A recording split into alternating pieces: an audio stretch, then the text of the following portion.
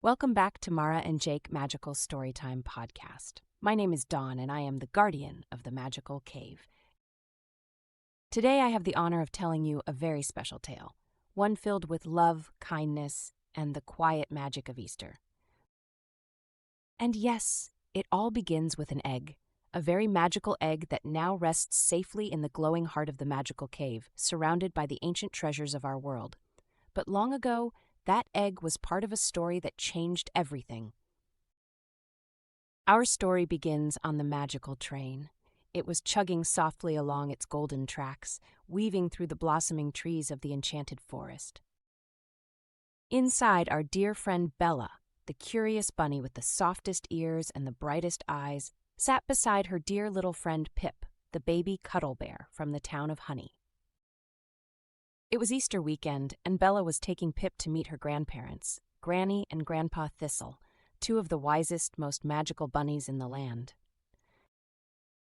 Pip asked, his honey-scented fur puffing with excitement. Are they really magical? Bella giggled.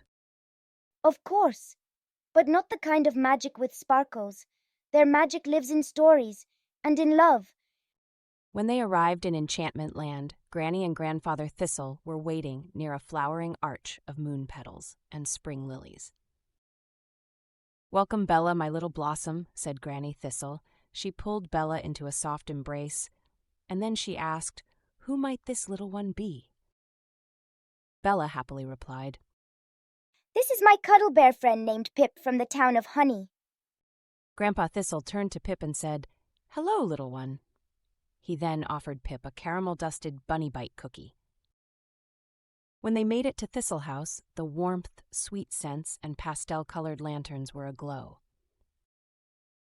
After a joyful sunrise worship in the garden, they all returned for a feast: honey carrots, rosemary buns, cloudberry pie, and spring cider. But the real magic began when the stars twinkled above and Granny Thistle lit the storylight candle.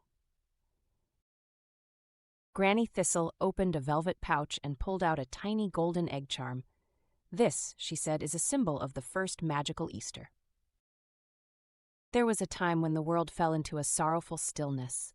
Spring would not come, the skies dimmed, flowers stayed curled in sadness. Then, deep within the forest, a creature no one had ever seen before placed a glowing egg beneath the dreamy willow tree. From the egg hatched not a creature, but a song, a melody that filled the forest with warmth and joy. As creatures passed the egg to one another, they began to share their love, their food, their hope. And soon the trees began to bloom, the rivers flowed again, and spring returned. "And that egg," Granny whispered, "now lives in the magical cave watched over by you, Bella, who I hear has just been appointed the enchanted keeper of time."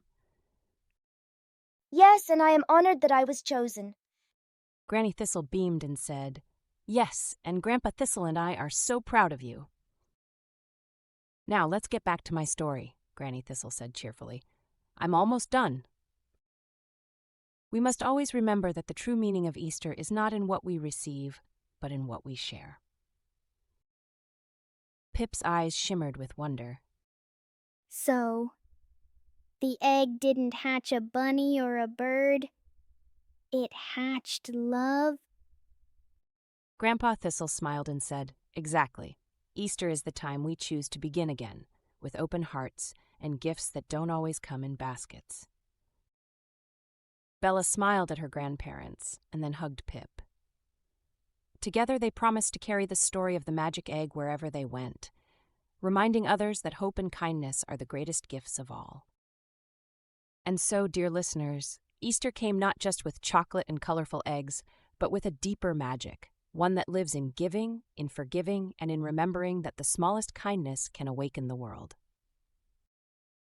The magic egg still rests in the magical cave, glowing quietly with every act of love that echoes through our world. If you loved this story, don't forget to subscribe to the Mara and Jake Magical Storytime podcast, wherever you get your podcasts. And please share the magic with your friends. Until next time, may you always find the enchantment within yourself and keep unlocking the magic.